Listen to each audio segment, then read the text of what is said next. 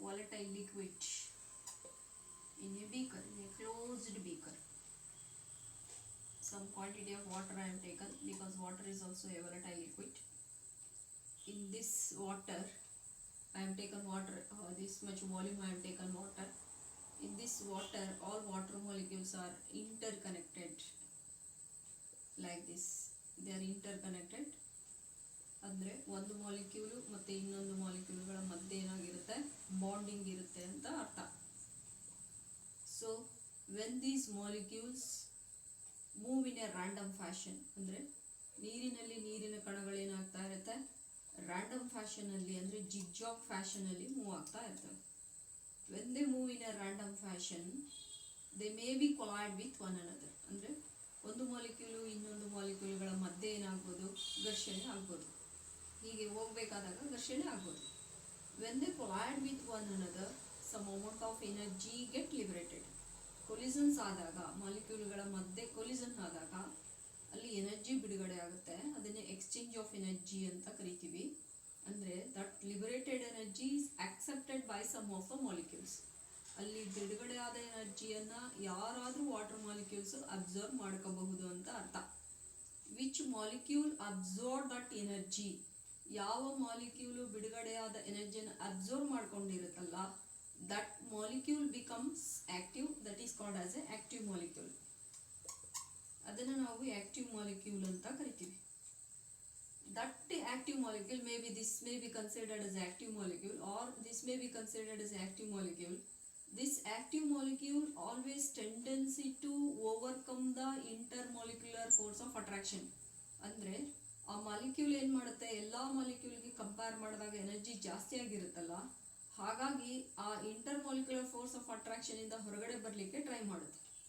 Once it overcome the intermolecular force of attraction, ಅಂದರೆ ಆ intermolecular ಮಧ್ಯೆ ಬಾಂಡಿಂಗ್ ಇಂದ ಅದು ಹೊರಗಡೆ ಬಂತು ಅಂತ ತಕ್ಷಣ ಏನಾಗ್ಬಿಡುತ್ತೆ, ಈಗ ನಾನು ಇಲ್ಲಿ ಬರ್ದೀನಂದರೆ ಇಲ್ಲೆಲ್ಲ ವಾಟರ್ ಇದೆ, ಇಂಟರ್ ಕನೆಕ್ಟ್ ಆಗಿದ್ದಾರೆ ಈ ರೀತಿ. ಈಗ ನಾನು ಈ ರೀತಿ ಶೋ ಮಾಡ್ತಿದ್ದೀನಿ ಅಂದರೆ ಆ ವಾಟರ್ ಮಾಲಿಕ್ಯೂಲ್ ಆಲ್ರೆಡಿ ಬಾಂಡಿಂಗ್ ಇಂದ ಹೊರಗಡೆ ಬಂದಿದೆ ಅಂತ ಅರ್ಥ. ಹೀಗೆ some water molecules may be overcome their intermolecular force of attraction.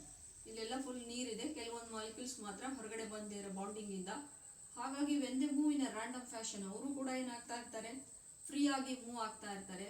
But they don't know where is the boundary line is there. Boundary line ಎಲ್ಲಿದೆ ವಾಟರ್ದು ಅಂತ ಗೊತ್ತಿರಲ್ಲ. When they move in a random fashion may be escape from surface of the liquid, ಅಂದರೆ ಆ ಲಿಕ್ವಿಡಿನ ಮೇಲ್ಭಾಗಕ್ಕೆ ಬಂದ್ಬಿಡ್ಬೋದು. ಬಂದ ತಕ್ಷಣ ಏನಾಗ್ಬಿಡುತ್ತೆ, that is converted into vapour form ಆಗಿ ಬದಲಾವಣೆ. ಅಂದರೆ ಇಲ್ಲಿದ್ದಾಗ ಲಿಕ್ವಿಡ್ ಇತ್ತು, ಲಿಕ್ವಿಡ್ನ ಸರ್ಫೇಸ್ ಮೇಲ್ ಬಂದಾಗ ಏನಾಯಿತು, ವೇಪರ್ ಆಯಿತು ಅಂತ ಅರ್ಥ. ಅಂದರೆ ಗೇಸಿಯಸ್ ಸ್ಟೇಟಿಗೆ ಬಂತು ಅಂತ ಅರ್ಥ. ದ್ರವ ರೂಪದಲ್ಲಿದ್ದ ಮಾಲಿಕ್ಯೂಲು ಅನಿಲ ರೂಪಕ್ಕೆ ಬದಲಾವಣೆ ಆಯಿತು ಅಂತ ಅರ್ಥ. With the passage of time, ಅಂದರೆ ಟೈಮ್ ಆದಂಗೆಲ್ಲ more and more water molecules are converted into vapour state. ಅಂದರೆ ಜಾಸ್ತಿ ಮಾಲಿಕ್ಯೂಲ್ಸ್ಗಳು ಏನಾಗ್ತಾ ಇದ್ದಾರೆ, ಈಗ ವೇಪರ್ ಸ್ಟೇಟ್ಗೆ ಬರ್ತಾ ಇದ್ದಾರೆ ಅಂತ ಅರ್ಥ. ಈ ಪ್ರೊಸೆಸ್ಗೆ ನಾವೇನಂತ ಕರಿತೀವಿ, ಇವ್ಯಾಪರೇಷನ್ ಅಂತ ಕರಿತೀವಿ. ಸೊ ಇವ್ಯಾಪರೇಷನ್ ಅಂದರೆ ನಾವು ತಿಳ್ಕೊಬೇಕಾಗಿದ್ದೇನು, the conversion of a liquid molecule into a vapour state, ಅಥವಾ change of liquid molecule to vapour form. ಅದಕ್ಕೆ ನಾವೇನಂತ ಕರಿತೀವಿ, ಇವ್ಯಾಪರೇಷನ್ ಅಂತ ಕರಿತೀವಿ. ನಿಮಗೆ ಅದರ ಡೆಫಿನೇಷನ್ ಅವಶ್ಯಕತೆ ಇಲ್ಲ. ಈಗ ನೋಡ್ಕೊಳ್ಳಿ, ಇಲ್ಲಿ more and more molecules already vapour ಸ್ಟೇಟಿಗೆ ಬಂದಿದ್ದಾರೆ.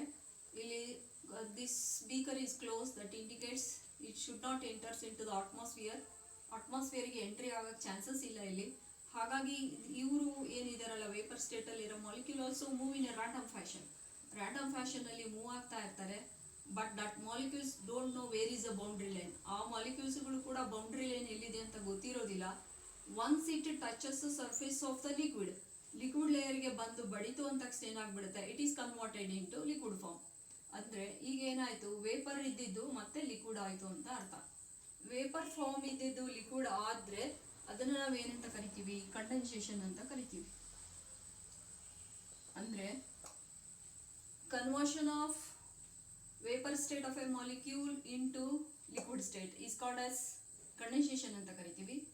The change of liquid into vapour ಸ್ಟೇಟಿಗೆ ಬಂದರೆ ಅದನ್ನು ಇವ್ಯಾಪರೇಷನ್ ಅಂತ ಕರಿತೀವಿ. ಅಂದರೆ ಅನಿಲ ಇದ್ದಿದ್ದು ಮತ್ತೆ ಲಿಕ್ವಿಡ್ ಸ್ಟೇಟಿಗೆ ವಾಪಸ್ ಬರುತ್ತೆ. ಈಗ ಫಸ್ಟಿಗೆ ಏನಾಗ್ತಾ ಇರುತ್ತೆ, evaporation will be less initial ಸ್ಟೇಜಲ್ಲಿ. ಬಿಗಿನಿಂಗಲ್ಲಿ ನಮ್ಗೆ ಏನಾಗಿರುತ್ತೆ, ಇವಾಪರೇಷನ್ನು ಭಾಳ ಕಡಿಮೆ ಇರುತ್ತೆ. ಯಾವಾಗ ಟೈಮ್ ಆದಂಗೆಲ್ಲ ನಮಗೆ ಇವಾಪರೇಷನ್ನು ಜಾಸ್ತಿ ಆಗ್ತಾ ಹೋಗುತ್ತೆ. ಹಾಗಾಗಿ more and more molecules get evaporated. ಅಂದರೆ ಇಲ್ಲಿರೋ ಮಾಲಿಕ್ಯೂಲ್ಸು ವೇಪರ್ ಸ್ಟೇಟಿಗೆ ಆಲ್ರೆಡಿ ಬಂದಿದ್ದಾರೆ ಅಂತ ಅರ್ಥ. ಅದಕ್ಕೆ evaporation is more than condensation ಅಂತ ಬರಿತಾ ಇದ್ದೀನಿ. ಈಗ ನಾನು ಥರ್ಡ್ ಕೇಸಲ್ಲಿ ತೋರಿಸ್ತಾ ಇದ್ದೀನಿ.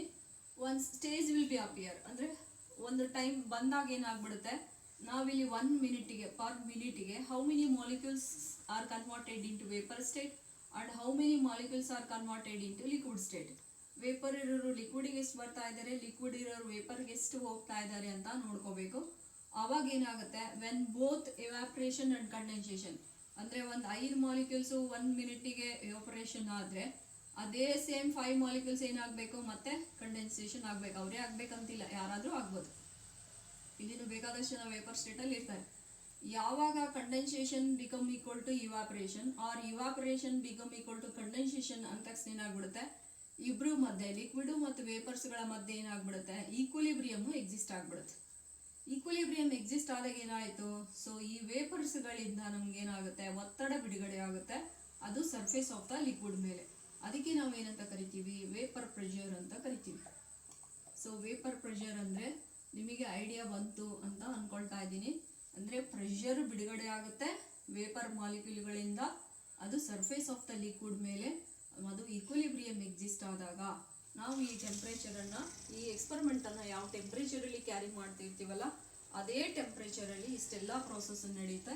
ಹಾಗಾಗಿ ವೇಪರ್ ಪ್ರೆಷರ್ ಅಂದರೆ ದ ಪ್ರೆಷರ್ ಎಕ್ಸಾರ್ಟೆಡ್ ಅಂತಾದರೂ ಬರ್ಕೋಬೋದು, ಪ್ರೊಡ್ಯೂಸ್ಡ್ ಅಂತಾದರೂ ಬರ್ಕೋಬೋದು. Produced by vapours on the surface of the liquid.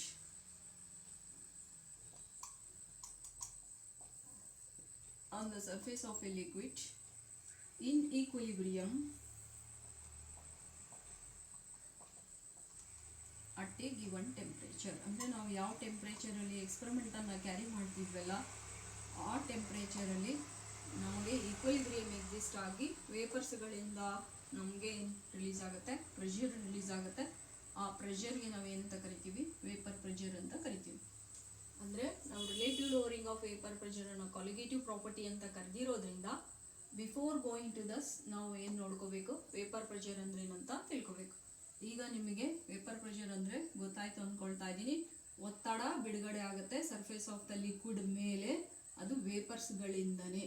Vapour ಮತ್ತು ಲಿಕ್ವಿಡ್ಗಳ ಮಧ್ಯೆ ಯಾವಾಗ ಈಕ್ವಿಲಿಬ್ರಿಯಮ್ ಎಕ್ಸಿಸ್ಟ್ ಆಗುತ್ತಲ್ಲ ಆಗ ಬಿಡುಗಡೆ ಆದ ಪ್ರೆಷರ್ಗೆ ನಾವೇನಂತ ಕರಿತೀವಿ, ವೇಪರ್ ಪ್ರೆಷರ್ ಅಂತ ಕರಿತೀವಿ. This is the definition related to vapor pressure. I am taken volatile liquid.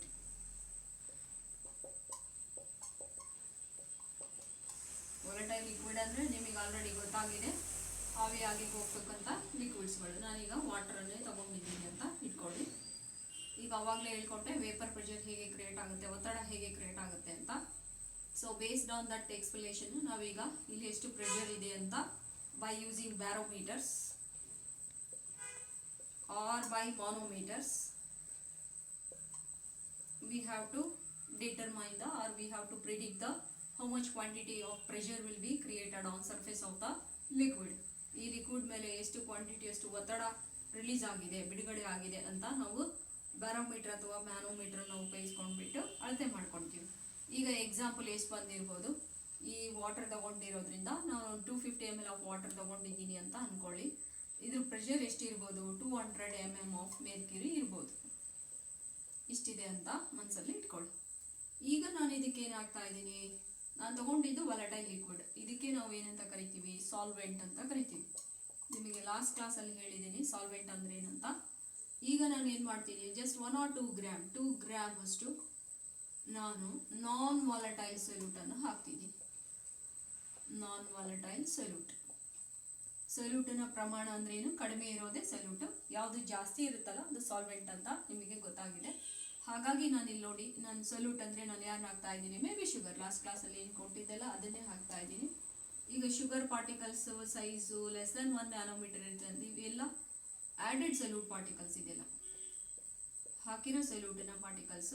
The added solute particle may be replaces some of the solvent molecules in the surface. ಸರ್ಫೇಸಲ್ಲಿ ಎಲ್ಲ ಸಾಲ್ವೆಂಟ್ ಮಾಲಿಕ್ಯೂಲ್ಸ್ ಏನಿತ್ತಲ್ಲ ಅಲ್ಲೂ ಕೂಡ ನಮಗೆ solute molecules ಹೋಗಿ ಆಕ್ರಮಣ ಮಾಡ್ಕೋಬೋದು. ಈಗ ಹಿಂಗಾದಾಗ ಏನಾಗ್ಬಿಡುತ್ತೆ, solvent molecules ಅಂದರೆ ನೀರಿನ ಕಣಗಳು ಆವಿಯಾಗಿ ಹೋಗೋದು ಸ್ವಲ್ಪ ಕಡಿಮೆ ಆಗುತ್ತೆ. ಯಾಕೆ ಅಂತ ನೋಡ್ಕೋಬೇಕು. ಈಗ ಈ ರೀತಿ ಬರ್ದಿನಲ್ಲ, ಇದೆಲ್ಲ ವಾಟರ್ ಮಾಲಿಕ್ಯೂಲ್ಸ್ ಅಂತ ನೀವು ಅನ್ಕೋಬೇಕು. ಈ ವಾಟರ್ ಮಾಲಿಕ್ಯೂಲ್ ಮೂವಿನ ರ್ಯಾಂಡಮ್ ಫ್ಯಾಷನ್ ಹೋಗ್ಬೇಕಾದಾಗ they may be hit the solute particle. Solute ಪಾರ್ಟಿಕಲ್ಗೆ ಹೋಗಿ ಬಡ್ದಾಗ ಏನಾಗುತ್ತೆ, ಅದು ಈಜಾಗಿ ವೇಪರ್ ಸ್ಟೇಟಿಗೆ ಹೋಗೋಕ್ಕಾಗಲ್ಲ. ಅಂದರೆ ಬಾಲನ್ನು ಗೋಡೆಗೆ ಹೊಸದಾಗಿ ವಾಪಸ್ ಬರುತ್ತಲ್ಲ ಹಾಗೆ, ಅವಾಗ restriction will be arises for the evaporation of this molecule. ಅಂದರೆ ಈ ಮಾಲಿಕ್ಯೂಲ್ ವೇಪರ್ ಸ್ಟೇಟಿಗೆ ಹೋಗೋದಕ್ಕೆ ತಡೆ ಹಿಡ್ದಂಗೆ ಆಗ್ಬಿಡುತ್ತೆ ಸೊಲ್ಯೂಟ್ ಇರೋದ್ರಿಂದ. ಅಂದರೆ ನೀವು ಪ್ರತಿ ಸಲ ಅನ್ಕೋಬೇಕು, when the water molecules move in a random fashion, ಅವಾಗ ಏನಾಗುತ್ತೆ, restriction will be arises for the evaporation of the solvent molecules. Solvent ಮಾಲಿಕ್ಯೂಲ್ಗಳು ಎವಾಪರೇಷನ್ ಆಗಲಿಕ್ಕೆ ಸ್ವಲ್ಪ ರಿಸ್ಟ್ರಿಕ್ಷನ್ ಆಯಿತು ಅಂತ ಅರ್ಥ. ಹೀಗೆ ಬರ್ತಾ ಇರುತ್ತೆ, ಹೋಗ್ಬೇಕಂದಾಗ ಸೊಲ್ಯೂಟಿಗೆ ಬಿಡ್ಬಿಡು. ಅಂದರೆ ಅವಾಗ ಏನಾಯಿತು, ಎಲ್ಲಿ ಗ್ಯಾಪ್ ಇದೆ ಅಲ್ಲಿ ವಾಟರ್ ಮಾಲಿಕ್ಯೂಲ್ಸ್ ಆರಾಮ್ ಈಸಿಯಾಗಿ ವೇಪರ್ ಸ್ಟೇಟಿಗೆ ಬರ್ತಾರೆ. ಆದರೆ ಎಲ್ಲಿ ಸೊಲ್ಯೂಟ್ ಪಾರ್ಟಿಕಲ್ಸ್ ಬಂದು ಅಬ್ಸಾರ್ಬ್ಡ್ ಆಗಿಬಿಟ್ಟಿರ್ತಾರಲ್ಲ, ಅವರಿಗೆ ಕುತ್ಕೊಂಡಿರ್ತಾರಲ್ಲ, ಅವಾಗ ಏನಾಗುತ್ತೆ, when this solvent molecule touches the surface of the ಸೊಲ್ಯೂಟಿಗೆ ಬಂದು ಪಡೆದಾಗ ಏನಾಗುತ್ತೆ, restriction will be arises for the operation. ಅಂದರೆ ವೇಪರ್ ಸ್ಟೇಟಿಗೆ ಹೋಗೋದು ಕಡಿಮೆ ಆಗಿಬಿಡುತ್ತೆ. ಹಾಗಾಗಿ ನಾವು ಸೊಲ್ಯೂಟನ್ನು ಹಾಕಿದಾಗ when solute is added to a solvent, ಇದನ್ನು ನಾವು ಸೊಲ್ಯೂಷನ್ ಅಂತ ಕರಿತೀವಿ.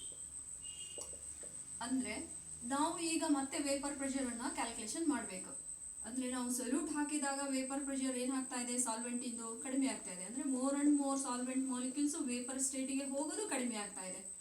ಆಗ ನಮಗೆ ಮತ್ತೆ ಒಂದ್ಸಲ ನಾವು ಬ್ಯಾರೋಮೀಟರ್ ಅಥವಾ ಮಾನೋಮೀಟರ್ನ ಉಪಯೋಗಿಸ್ಕೊಂಡ್ಬಿಟ್ಟು ಪ್ರೆಷರನ್ನು ಕಂಡುಹಿಡಿದಾಗ ಮೇ ಬಿ ನಮಗೆ 195 ಅಷ್ಟು ಬಂದಿರ್ಬೋದು, ಏನು ಒತ್ತಡ ರಿಲೀಸ್ ಆಗಿರ್ಬೋದು. ಅಂದರೆ ನಾವಿಲ್ಲಿ ಅರ್ಥ ಮಾಡ್ಕೋಬೇಕು, ಪ್ಯೂರ್ ಸಾಲ್ವೆಂಟ್ ಇದ್ದಾಗ, ಅಂದರೆ ನಾವೇನೂ ಹಾಕಿದ್ದಿಲ್ಲ, ನೀರಿಗೇನು ಹಾಕಿದ್ದಿಲ್ಲ, ಪ್ಯೂರ್ ಸಾಲ್ವೆಂಟ್ ಇದ್ದಾಗ what is a vapour pressure ಅಂತ ಪ್ರಿಡಿಕ್ಟ್ ಮಾಡ್ಕೋಬೇಕು. After adding the solute to the solvent, ಅಂದರೆ ಸೊಲ್ಯೂಟನ್ನು ತಗೊಂಡೋಗಿ ಸಾಲ್ವೆಂಟಿಗೆ ಹಾಕಿದಾಗ, ಈ ಎಕ್ಸಾಂಪಲಲ್ಲಿ ನಾನು ಸಕ್ಕರೆಯನ್ನು ನೀರಿಗೆ ಹಾಕ್ತಾ ಇದ್ದೀನಿ. ಸಕ್ಕರೆ, sugar is nothing but solute, water is nothing but a solvent. When solute is added to the solvent, ಇದು ಸಾಲ್ವೆಂಟ್ ಆಗಿ ಉಳ್ಕೊಳ್ಳಲ್ಲ, it is converted into solution. Solution ಆದ ತಕ್ಷಣ ನಾವೇನು ಮಾಡಬೇಕು, what is a vapour pressure of solution ಅಂತ ಕಂಡುಹಿಡ್ಕೋಬೇಕು. So vapour pressure of solution ಎಷ್ಟು ಸಿಗುತ್ತೆ ನಮ್ಗೆ ಇಲ್ಲಿಗ, ಪಿ ಸಿಕ್ಕಿರ್ಬೋದು. ಅಂದರೆ ಈ ಎಕ್ಸಾಂಪಲ್ ಪ್ರಕಾರ vapour pressure of pure solvent ಎಷ್ಟಿತ್ತು ನಮಗೆ, P0 ಎಕ್ಸಾಂಪಲ್ ಪ್ರಕಾರ 200 mm ಆಫ್ ಮೇರ್ಕ್ಯೂರಿ ಇತ್ತು.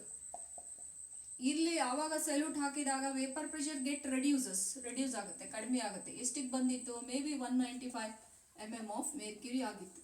ಯಾಕೆ ಹೀಗಾಯಿತು, ಯಾಕೆ ಕಡಿಮೆ ಆಯಿತು?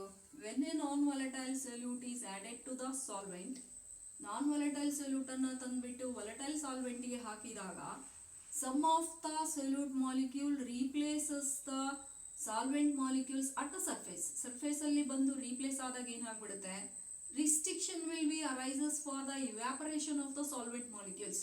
ಸಾಲ್ವೆಂಟ್ ಮಾಲಿಕ್ಯೂಲ್ ಇವ್ಯಾಪರೇಷನ್ ಆಗಿ ಹೋಗ್ಲಿಕ್ಕೆ ಏನಾಗ್ಬಿಡುತ್ತೆ, ಸ್ವಲ್ಪ ರಿಸ್ಟ್ರಿಕ್ಷನ್ ಆಗ್ಬಿಡುತ್ತೆ, ತಡೆ ಹಿಡ್ದಂಗೆ ಆಗುತ್ತೆ. ಹಾಗಾಗ್ಬಿಟ್ಟು ಏನಾಯಿತು, vapour pressure of solution get reduce ಆಯಿತು. ಅಂದರೆ ಸೊಲ್ಯೂಷನ್ನು ವೇಪರ್ ಪ್ರೆಷರಿಗೆ ಹೋಗೋದೇನಾಯಿತು, ಅಂದರೆ ವೇಪರ್ ಸ್ಟೇಟಿಗೆ ಹೋಗೋದೇನಾಯಿತು, ಕಡಿಮೆ ಆಯಿತು ಅಂತ ಅರ್ಥ. ಇದನ್ನು ನಾವು ಏನಂತ ಕರಿತೀವಿ, ಲೋವರಿಂಗ್ ಆಫ್ ವೇಪರ್ ಪ್ರೆಷರ್ ಅಂತ ಕರಿತೀವಿ. So lowering of vapour pressure ಅಂದರೆ ನಮಗೆ ಡೆಫಿನೇಷನ್ ಏನಂತ ನೋಡ್ಕೋಬೇಕು. ಲೋವರಿಂಗ್ ಆಫ್ ವೇಪರ್ ಪ್ರೆಷರ್ ಅಂದಾಗ ನಾವೀಗ vapour pressure of pure solvent ಎಷ್ಟಿತ್ತು, P0 ಇತ್ತು. ವೇಪರ್ ಪ್ರೆಷರ್ ಆಫ್ ಸೊಲ್ಯೂಷನ್ ಎಷ್ಟಿತ್ತು, P ಇತ್ತು. ಹಾಗಾಗಿ ಲೋವರಿಂಗ್ ಆಫ್ ವೇಪರ್ ಪ್ರೆಷರನ್ನು ನಾನು ಏನಂತ ಬರಿತಾ ಇದ್ದೀನಿ, P0 ಮೈನಸ್ P ಅಂತ ಬರಿತಾ ಇದ್ದೀನಿ. ಇಲ್ಲಿ ನಿಮಗೆ ಹೇಳ್ಕೊಟ್ಟಿದ್ದೆ ನಾನು ಮೈನಸ್ ಅಂದರೆ ಏನಂತ ಓದಬೇಕಂತ. ಮೈನಸ್ ಇದ್ದಾಗೆಲ್ಲ ಡಿಫ್ರೆನ್ಸ್ ಅಂತ ಓದಬೇಕು. So lowering of vapour pressure ಅಂದರೆ ಅರ್ಥ ಏನು, it is nothing but a difference between the vapour pressure of the pure solvent, ಅಂದರೆ ಸಾಲ್ವೆಂಟಿಗೇನು ಏನು ಹಾಕಿಲ್ಲ ನೀರಿದ್ದಾಗ, and that of a solution. Already ಸೊಲ್ಯೂಟನ್ನು ಹಾಕಿ ಆದಮೇಲೆ ಅದು ಏನಾಗುತ್ತೆ, ಸೊಲ್ಯೂಷನ್ ಆಗಿ ಬದಲಾವಣೆ ಆಗುತ್ತೆ. ಹಾಗಾಗಿ ಲೋವರಿಂಗ್ ಆಫ್ ವೇಪರ್ ಪ್ರೆಷರ್ನ ಮ್ಯಾಥಮೆಟಿಕಲ್ ಫಾರ್ಮ್ ಕೇಳಿದಾಗ ಈ ರೀತಿ ಬರಿಬೇಕು. ಡೆಫಿನೇಷನ್ ಕೇಳಿದಾಗ it is nothing but the difference between the vapour pressure of pure solvent pure solvent and that of a solution. ಅದರದೇ ಆದ ಸೊಲ್ಯೂಷನ್. ಇದಕ್ಕೆ ನಾವೇನಂತ ಕರಿತೀವಿ? ಲೋರಿಂಗ್ ಆಫ್ ವೇಪರ್ ಪ್ರೆಷರ್ ಅಂತ ಕರಿತೀವಿ.